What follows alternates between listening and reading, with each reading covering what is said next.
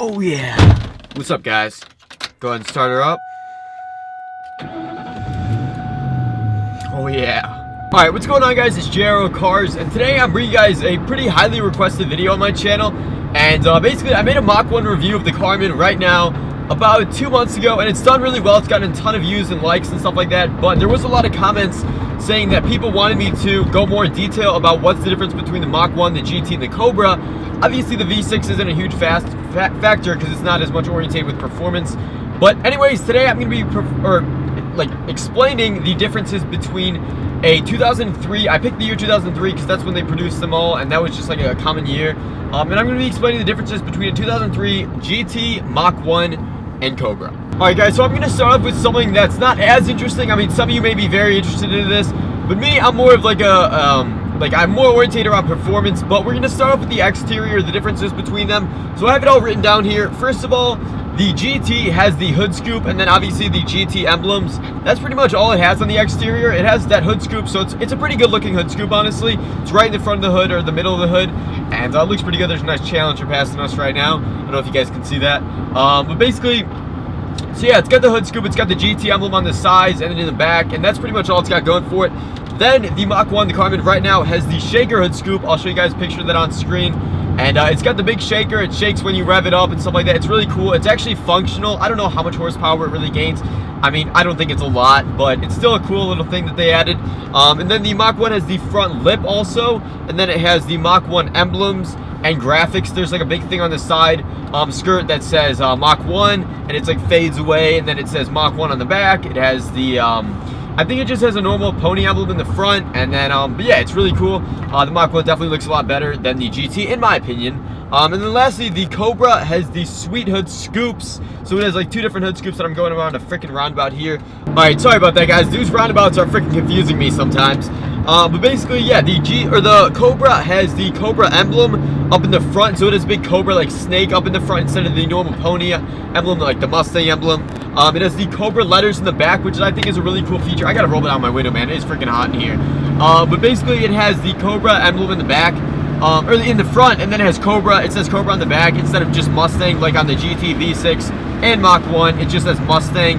And then on the back of the Cobra, it says Cobra. So, like, if you know what you're doing with Mustangs, you'll know when it's a Cobra, because, I mean, it obviously says it right on the back. Alright, my friends, now for the more exciting stuff, let's get into the engine and powertrain. So, basically, the GT, and most of this stuff I know, but I'm just verifying it. I wrote it all down. I looked most of this stuff up online, the stuff that I didn't know, and then the stuff that I did know, which is honestly probably like 75% of it, I just wrote down from my head, but then the confirmed stuff, I just looked it up online. But so the GT is a 4.6 liter single overhead cam, which is the key part. It's a 2-valve, and that is a V8. It makes 260 horsepower and 302 pounds of torque.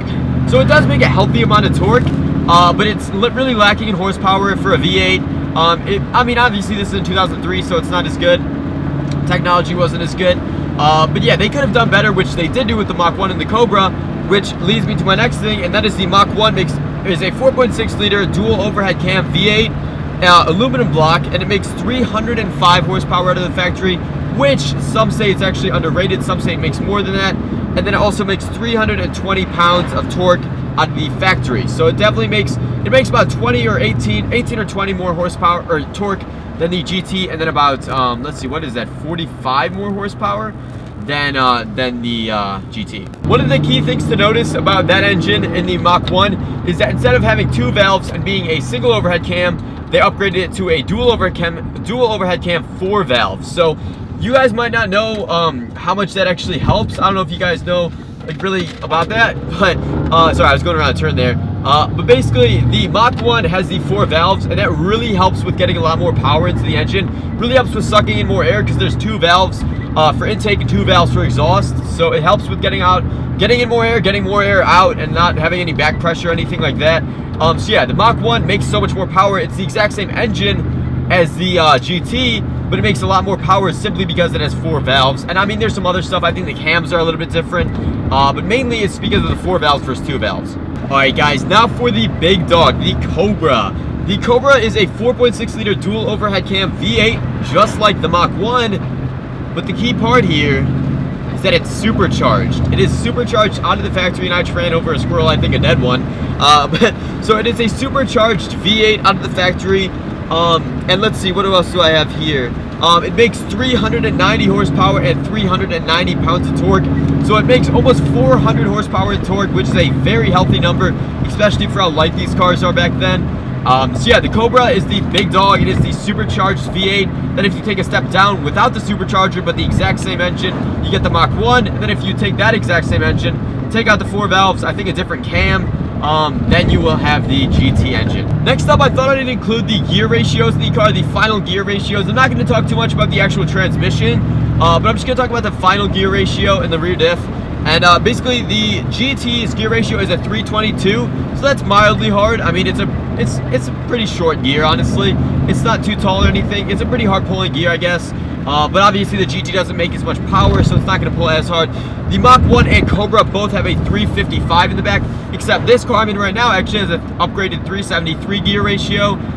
So it's actually a little bit harder pulling, a little bit of shorter gear. But yeah, so the GT has, let's see, the 322, and then the Mach 1 and Cobra both have a 355, which is a pretty hardcore gear. Alright, you guys, next up we have tires. So you guys know that having a lot of power is awesome, having the right gear ratio is great, but if you can't put the power to the ground, if you can't get the tires to stick, whether you have drag radials or performance, or if you have drag radials or all seasons, or if you have huge tires or skinny tires, it's all about putting that power to the ground, getting some traction, getting some grip.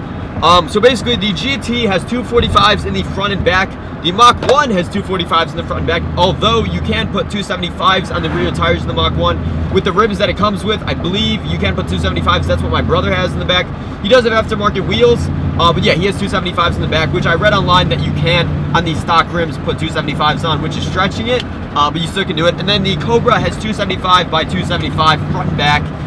So it's got some huge tires. It definitely puts on the power well, as well as the Mach 1 and GT. The GT's actually got some pretty big tires for the amount of horsepower and torque that it makes. 245s are pretty decently sized tires, honestly. And then the Mach 1 has usually what you see on a Mach 1 is the 275s in the back, which is a very meaty tire, by 245 in the front. And then the Cobra obviously has 275s front and back, which is an extremely big tire for the front, especially, and the back. Alright, the last thing I want to talk about, guys, in terms of specs is the performance and handling, or the handling and suspension, I mean. So the GT and Mach 1 are both live axle. Now, I do think the Mach 1 has a bit better handling. I'm not sure exactly what's different about it, but I can say from experience that the Mach 1 has pretty good handling. I've never driven a GT, so I can't really compare it, but what I've read online and all the reviews I've seen, the Mach 1 definitely outperforms the GT in terms of handling. But the real winner here, what do you say, or what do you know, I guess you could say, is the Cobra. The Cobra has an independent rear suspension, which is what the brand new 2015 and up Mustangs have. I think the Cobra is one of the only older Mustangs ever to have an independent rear suspension, so that was really cool when they introduced it. And yeah, it helped out the handling. It was better than the Mach 1, of course, because it's independent. Some people say independent rear suspensions are not as good for accelerating if you're making like 500-600 horsepower, but I don't think it's that. I think it's like that much. Like, it's not a lot. But yeah, so the GT and Mach 1 have the live axle, which is still a good suspension. Ford has it down pretty well. I gotta slow down here. I'm in a construction zone. But then, yeah, the Cobra has the good old independent rear suspension. Alright, now what you guys probably all been waiting for is the performance data. Like, what, obviously numbers and specs and all this stuff can mean a lot, but if you don't put it down to the ground, if you don't perform well, and it's just numbers, like if you make 1,000 horsepower, but your 0 to 60 is 10 seconds, obviously something's going wrong there. So we're going to talk about some of the performance data, some of the raw specs of these cars. So in terms of 0 to 60, a big part of cars, how fast they can accelerate to 60 miles an hour, the GT is in the 6-second range. So that is not bad for an older GT, especially in the year 2003. That was pretty fast for an average car. But at 6 seconds nowadays is not really too impressive. I mean, the modern EcoBoost 4-cylinder or V6 beats that. But obviously these are much newer cars I'm talking about.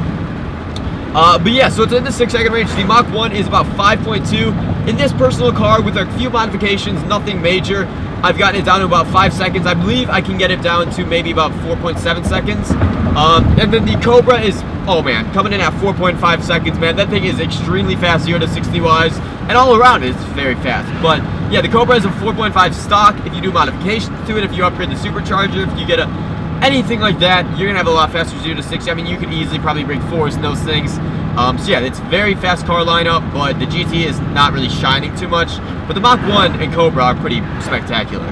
Next, guys, we've got a quarter mile. So the quarter mile for the GT is about 14.5. That's what I've read online. I've never driven a GT in the quarter mile, but I did read online. I searched for about 30 minutes of GT quarter mile times, and what I came to see is about 14.5 or anywhere in the 14-second range, but normally around 14.5 for the GT. The Mach 1 is coming in at 13 seconds flat, which is a pretty fast not 0 to 60, quarter mile. It's a pretty fast quarter mile, and yeah, it's pretty impressive for a stock car. And then the Cobra is at 12.2. That is extremely fast for a stock car, guys. I'm really impressed by the Cobra's numbers all around in this video. But yeah, so that's the performance. Now, last thing I want to talk about is which is for you. So if you're considering getting an 03 Mustang or something like that, and I'm about to blow this red light, okay? But if you're considering getting like an 03 Mustang or anything in that 99 to 04 era, then honestly, if you're looking for just having a Mustang, you want to show off to your friends, be like, yeah, I have a Mustang, but you don't really care too much about speed or performance, I'd say the GT is perfect for you. It's a great Mustang. It looks really cool. It doesn't look as cool as the Cobra GT or Cobra and Mach 1, but it's still a great Mustang. And yeah, it's just a solid Mustang. It has okay performance. I mean, it's better than your average coupe, or maybe not average coupe, but it's better than your average car. Back then, it was a good Mustang. But then, if you're looking more, if you're an enthusiast, if you want good looks, good performance, good handling, good acceleration, then the Mach 1 would be for you. And the Cobra. But what I want to say next is that, okay, so the Mach 1 is great. Okay, it's a great car, very good, very fast, very well handling. As you guys heard by the numbers, it's very good handling and performance. And then if you want the big dog, though, if you want the best Mach 1 in the lineup back in 2003, literally the best one you can get, if you just want to be known as someone that has the best Mustang back then, or just you want to turn people's heads down the street, then the Cobra is for you, obviously. The Cobra outperforms all of these cars in almost every aspect. And it is just an extremely well-performing car. If you guys are interested in any of these Mustangs, then go check them out, man. I personally really like the 2003 Mach 1. It's kind of in the middle. It's not the top dog. It's not the Cobra Jet, but it's not the GT or V6, obviously. It's pretty good handling. It's pretty good acceleration, everything like that. I personally like the Mach 1. I think it's great for me and my brother. But then, yeah, if you want the top dog, get the Cobra. If you want just to have a Mustang, go for the GT. So yeah, that's all I got for you guys today. Hopefully you guys did enjoy this comparison video. Hopefully it cleared up some questions, and yeah, I will see you guys later. Peace.